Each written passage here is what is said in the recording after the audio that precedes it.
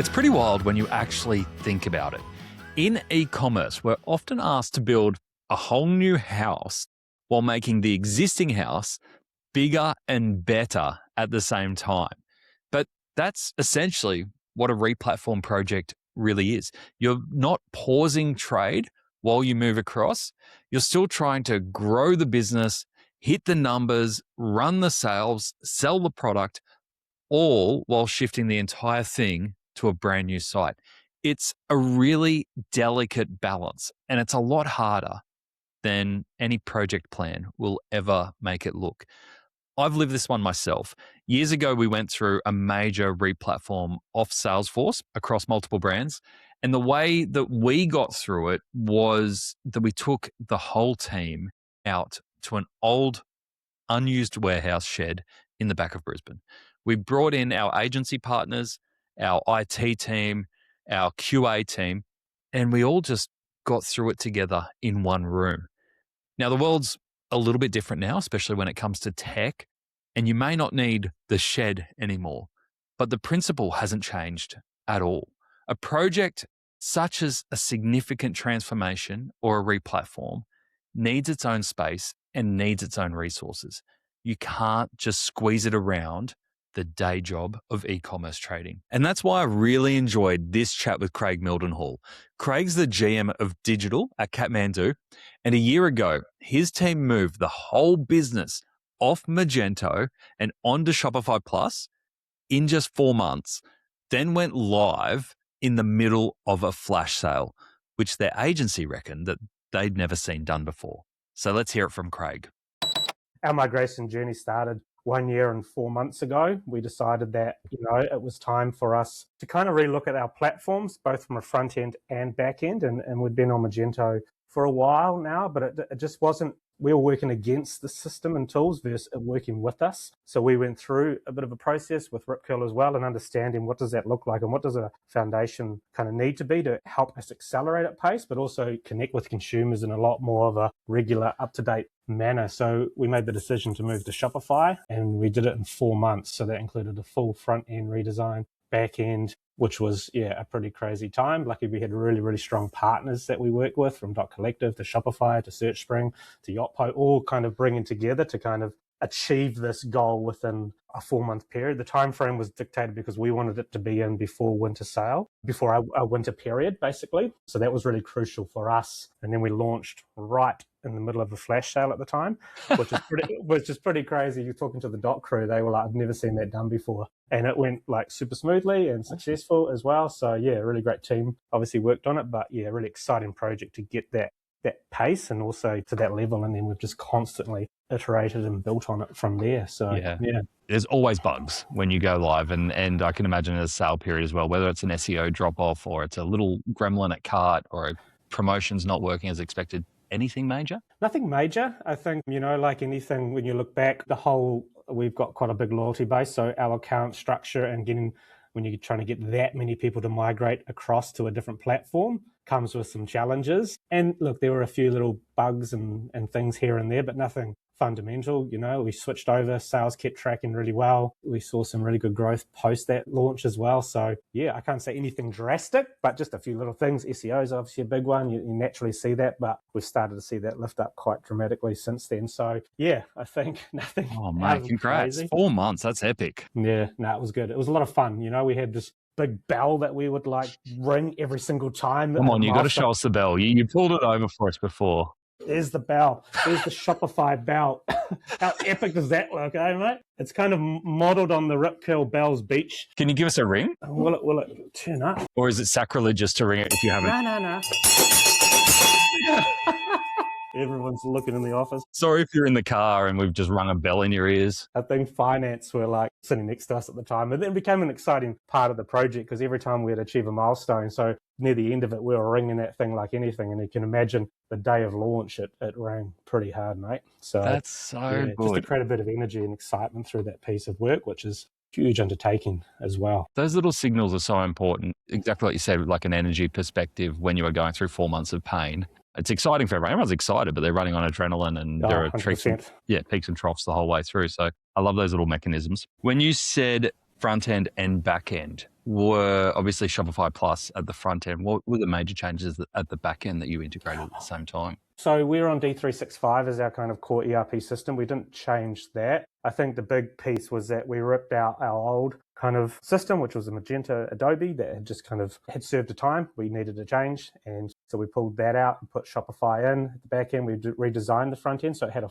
full front end redesign of the whole site and how you experience the site. We changed from Salesforce Marketing Cloud to Klaviyo as well at the same time. So we kind of changed our whole CRM kind of cadence and what that meant as well. And then as you go through that, it's like moving house, which I've done a lot. You start to figure out we don't need that. We can strip out that, because a big part of what we wanted to do is just streamline our operations like any good ecom player wants to do. You don't want to create friction. It's unnecessary. So for us, a lot of that unnecessary tools were just built like a complicated system over time that needed to be stripped down. And now Shopify is just, and as an evolution for the team as well, because some of these guys have been working on Magento for 10 plus years. So going through that and how you bring a team on board of that is super important. So that was also fun as part of that experience. I was about to say, it's a big change management exercise, especially for a public company. Like when we're in our world of e-com and digital, when you say, oh, we're moving from Magento to Shopify, like we go, yeah, of course, like that makes total sense. We probably don't even have to justify it. Did you have to do a lot of justifying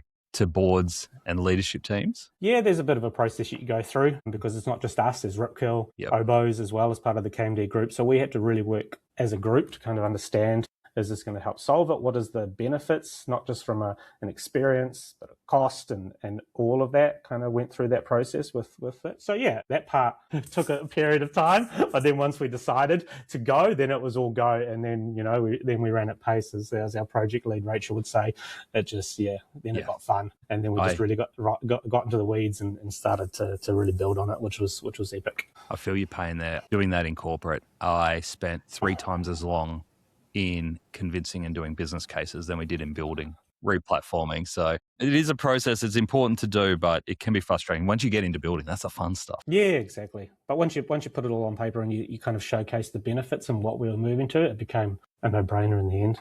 And it sounds like you were able to still make changes as you went. Like it wasn't like, here's the plan, we got to stick to the plan. You said you were discovering little bits and pieces that you could move or change as you went. When you're doing a project as major as that, how do you balance sticking to the plan versus taking advantage of changing the plumbing while you're in the build? Yeah, that was it. Because the way we did it, we split the team into 2. So we had our Shopify crew that were just purely focused on that rebuild. And then we had our trade crew, which made sure the business, because we were still running the business at the same time. It's not like everything just stops and, so we basically split the team into 2. And obviously there's a lot of combination and collaboration between the 2, but that gave a real clear direction for each team. And then within the Shopify crew, we were very strong with our cliche, but MVP of what we wanted to launch with. And because we started the front end redesign a little bit before the Shopify piece, because we didn't want to be restricted by what platform. So we had to kind of be a little bit more kind of rigorous in terms of, okay, that will come later.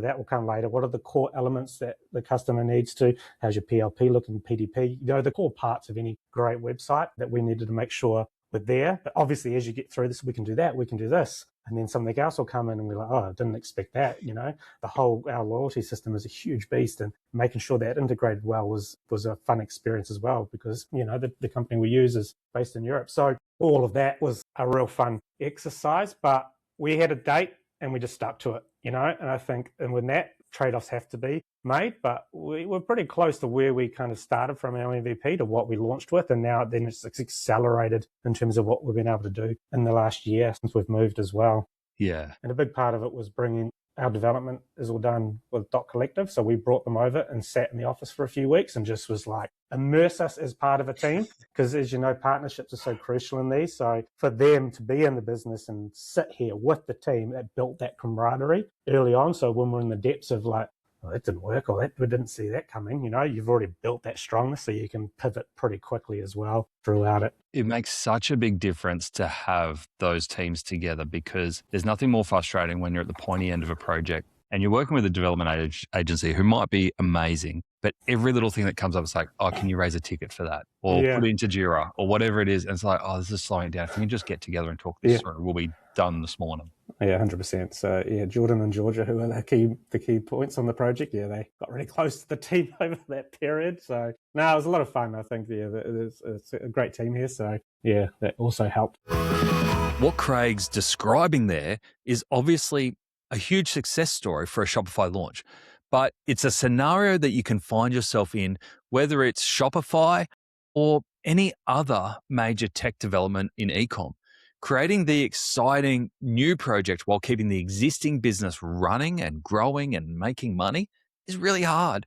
So let's go back into the archive and hear from a few others who have been through it and the lessons that they'd share if you're going down the same path. So where do you start? The honest truth is that it's really hard to have the headspace to do both projects and operations at the same time. Building a shiny new tech and running the current business pull in completely different directions. So before you even kick off, have a think about splitting the team into 2 crews, or at the very least, carving out dedicated time and space where people can be working on one or the other. Obviously, you want them to collaborate whenever they can, but the boundaries around ownership and priorities blur really quickly when it's the same people trying to do both the project and the operations. Lou Kendall's approach at Louenhide was a very nice version of this. Rather than splitting the team, she chose to resource up. She brought in dedicated people just for the project. We actually hired an external person, a third party, someone we'd worked with before in other agencies who was now independent. That was the game changer. She was our project manager. And this is what I love about our team. We sit down, you think about it. There has to be strategy about what you're doing. Let's get our ducks in a row. Who's involved? What do we want? So over that 3-week period, there were 4 people involved. There was the build. Those 2 positions could have been done outhouse, could have been done but we needed to customize it for us. We had smart people within the team. Not only that, the process that over the 4-month period, it meant that we had 2 people in-house who knew exactly how this was built. I think there's a lesson in that we sometimes miss in retail. We can be a bit hesitant to bring in outside people, especially to come in and run major and important projects like this. But when you look at the money that's already sunk into the build and the benefit that you're expecting on the other side, that window of getting it live is so critical that the extra investment in resourcing it properly is almost always worth it. So don't be shy around bringing in help to make sure that project is successful. The next thing, and this is the one I have to remind myself of every single time, is that what you go live with does not have to be perfect. It just has to be better than what's there today. Your website is the baby that you never stop feeding. What you launch with is not anywhere near what you will have in 6 months. So don't get too attached to what it looks like on day one. Craig's team were ruthless about this. They nailed down the core that the customer actually needs when they went live, the category pages, the product pages, the checkout, and everything else went on a later list. Kira Macleod-Finke put this really well. She replatformed the whole body shop business here in Australia onto Shopify in about 90 days. So she had to be brutal about what to hold on to and what to let go of for launch day. Right? So sometimes you have to push against an idea and try and bend it to your will. And then other times you're just like, you know what are my priorities? Like, what have I got to get done? And what am I willing to let go of in order to achieve what we need to achieve? And we knew that this is like, they just were choices that we had to make. So yeah, it's bumpy. But that's okay. So we're human beings, and I think what people love about us is we are organic, we are natural. It doesn't not have to be perfect. And that's the mindset right there. Pick the pain that you're willing to accept, try and hold onto your go live date, and let the rest be a little bumpy. It's never going to be smooth. It has to work, obviously, but it just has to be better than today. And the last one, and I'll be honest, this is one where I get a little bit ranty. I'm pretty well known for not following the rules when it comes to tickets and queues. I get why they exist. I really do. But a ticket is often not the way a project should run day to day. They're the bane of my existence. It often gets in the way of fast movement. The best collaboration nearly always happens in person, and on a good project, the ticket becomes the record of the outcome or the decision or the next action, not the way that you communicate to get there. Craig sat his agency, Dot Collective, in the Kathmandu office for weeks, just so the team could turn around to each other and solve things on the spot. Silvan Baard, who leads e-commerce and tech at the clothing brand Ghanda, described what that kind of partnership actually gives you. His point is that a good partner isn't just building what you ask for, they're collaborating with you to tell you the things you didn't know to ask, because they build websites every day for a living and you don't. Having Convert in this process is hugely important for us because they are the guys that kind of can say, okay, well, this is what your design team wants, but this is also what you want from a process flow behind the scenes. And here's the piece of technology that's going to allow us to make that happen. We've been very happy with our relationship with Convert. They truly have been true, not just kind of business partners, but business advisors for us in terms of where we want to go. When you have that trust in those advisory roles, that goes a long way because we do fashion on a daily basis. We don't necessarily do websites on a daily basis. And so we're dependent on Convert to say, hey, well, maybe have you thought about this or have you thought about that? To me, that's the difference between a partner who raises a ticket and lobs it over the fence to one who says, hey, I've got an idea. Have you thought about this? One of them follows the process, but probably costs you weeks in back and forth. The other helps you solve the problems in the best and quickest way possible on the spot. So let tickets be the paper trail, not the conversation to get there. So if you take one thing from this, it's that a replatforming project is a people problem as much as a technology one. The platform is often the easy bit. Keeping the business trading and growing while you're building the shiny new tech, that's the real job, and you can't just wish it into happening. You have to be very specific and resource the project appropriately so the business can keep trading while the new build is going on. Don't expect some magical miracle where the same people hold the same numbers up and squeeze a major project into the side of their day jobs to get live. It doesn't work like that. Be deliberate, resource it properly, protect the trade, and give the project the room it needs to breathe and be successful. If you're staring down a migration or you're trying to work out how to keep trading right while you're doing major tech projects, that's exactly the kind of thing e-commerce teams are working through in the Add to Cart community every day. It is free to join, and we would love to have you in there sharing your war stories of all your major tech developments. Head on over to addtocart.com.au to join up and join that conversation. That's it for the playbook. Good luck in your projects. We'll see you again next week.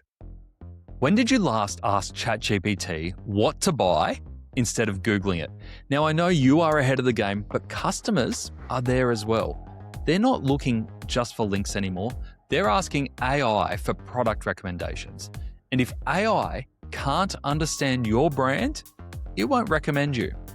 I recently teamed up with Studio Hawk, Australia's largest SEO and AI search agency, on a white paper called Chosen Not Clicked. It's built on 21 months of data across 100 e-commerce brands, breaking down what gets a brand chosen by AI, not just ranked by Google. You can grab the white paper plus their exclusive e-commerce AI visibility toolkit and a free personalized SEO and AI search master plan for your brand when you visit studiohawk.com.au/add to cart. We've got the full link in the show notes. Go get it.